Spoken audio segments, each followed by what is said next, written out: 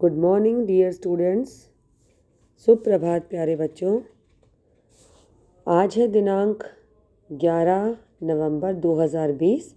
कार्यपत्रक number है 54 और आज का हमारा विषय है वाक, जो कश्मीरी कवयित्री ललदद्दु जी द्वारा रचित है। सबसे पहले हमें इस कार्यपत्रक में कवयित्री का जीवन परिचय दिया गया है। मुख्य बातों पर नज़र डालते हैं।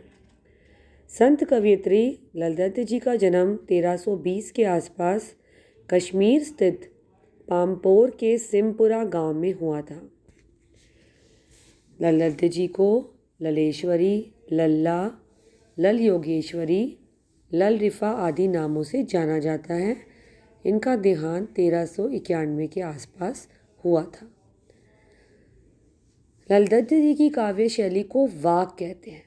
वाक जो है वो कश्मीरी शैली की लिखी गई रचना है। ये 4 पंक्तियों का होता है और यहाँ 4 वाक्य जो हैं ललदद्दु जी द्वारा रचित है, जिसमें से पहला हमारे सामने प्रस्तुत किया गया है।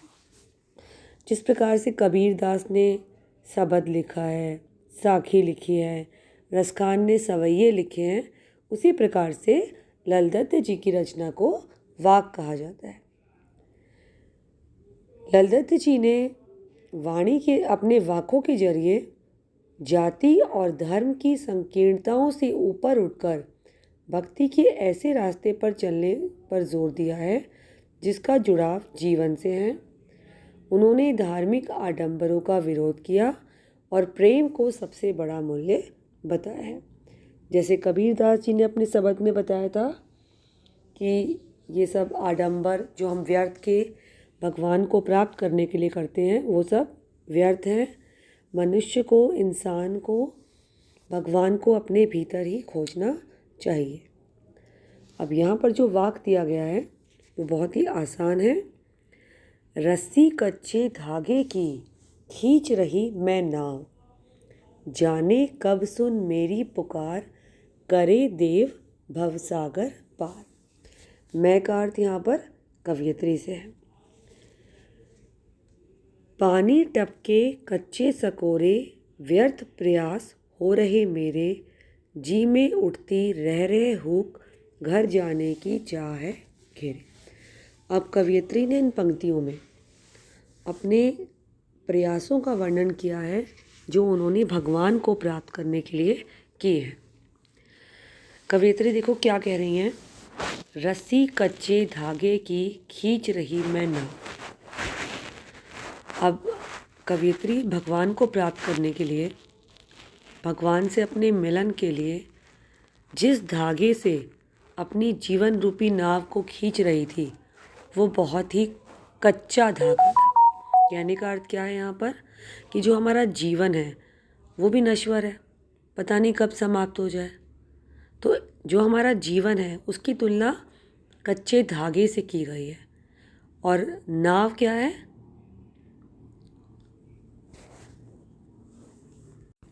नाव की तुलना किससे की गई है? जीवन से। जाने कब सुन मेरी पुकार, करे देव भवसागर पार। देव यहाँ पर किसके लिए प्रयुक्त हुआ है? भगवान के लिए। भवसागर संसार, भव का अर्थ क्या है? संसार, सागर, सागर पता ही है आपको। तो ये जो संसार है ये सागर के समान है, विशाल है। पता नहीं हम इस संसार रूपी सागर में जो फंसे हुए हैं इनसे हमें कब पार लगाएंगे भगवान, कब हमारी पुकार सुनेंगे और इस संसार रूपी सागर से हमें बाहर निकालेंगे।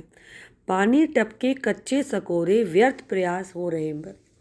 जिस प्रकार कच्चे घड़े से, कच्चे मिट्टी के घड़े से पानी टपकता रहता है, पानी कम हो जाता है, उसी प्रकार से कवयित्री कह रही है कि भगवान को प्राप्त करने के मेरे सारे प्रयास भी व्यर्थ होते जा रहे हैं, बेकार होते जा रहे हैं। जी में उठती रह रहे हुक। बार बार कवयित्री के मन में हुक उठ रही है, कवयित्री तड़प रही है, व्याकुल हो रही है। घर जाने की चाह है। घर जाने का क्या अर्थ है? भगवान के घर जाना, भगवान को प्राप्त करना। तो हमारी कवयित्री जो है उनका हृदय तड़प रहा है, वो अत्यंत व्याकुल है। वो प्रभु से मिलकर उनके घर जाना चाहती है अर्थात कहने का अर्थ क्या है कि वो उनकी भक्ति में लीन होना चाहती है, वो ज्ञान प्राप्त करना चाहती है। इसलिए वो बहुत ही व्याकुल है कि भगवान कब हमारी पुकार सुनेंगे और मुझे इस संसार रूपी सागर से बाहर निकालेंगे। आइए प्रश्नों की तरफ ध्यान दीजिए। पहला प्रश्न है, कवियत्री यह क्यों चाहती है कि ईश्वर उनकी पुकार सुने? कवियत्री संसार रूपी सागर को पार करके ईश्वर की शरण में जाना चाहती है, इसलिए वह चाहती है कि ईश्वर उनकी पुकार सुने। दूसरा प्रश्न, मैंने थोड़ा सा इसमें चेंज किया है। ये रस्सी यहाँ किसके लिए प्रयोग हुई है? रस्सी शब्द का प्रयोग मनुष्य के जीवन के लिए किया गया है, जिसकी मदद से वह इस शरीर रूपी नाव को खींच रहा है। तीसरा प्रश्न, वाक किसे कहते हैं? वाक जो है वो 4 पंक्तियों में लिखी जाने वाली कश्मीरी भाषा की एक रचना होती है, जिसे हम गा भी सकते हैं। कवियत्री का हृदय क्यों तड़प रहा है? कवियत्री को लग रहा है कि उनका जीवन समाप्त होने वाला है और वह प्रभु से नहीं मिल पाएगी, इसलिए उनका हृदय तड़प रहा है। कवियत्री ने किस रास्ते पर चलने का जोर दिया है? कवियत्री ने ईश्वर भक्ति के रास्ते पर चलने पर जोर दिया। तो ये आपके छोटे छोटे से 5 प्रश्न थे। आप अपने कार्यपत्र को ध्यान से एक बार फिर से पढ़ें। आपको बहुत ही आसानी से ये पूरा वाक्य समझ आ जाएगा। जल्दी से इसके प्रश्न उत्तर करके अपनी अध्यापिका को भेजें। धन्यवाद बेटा।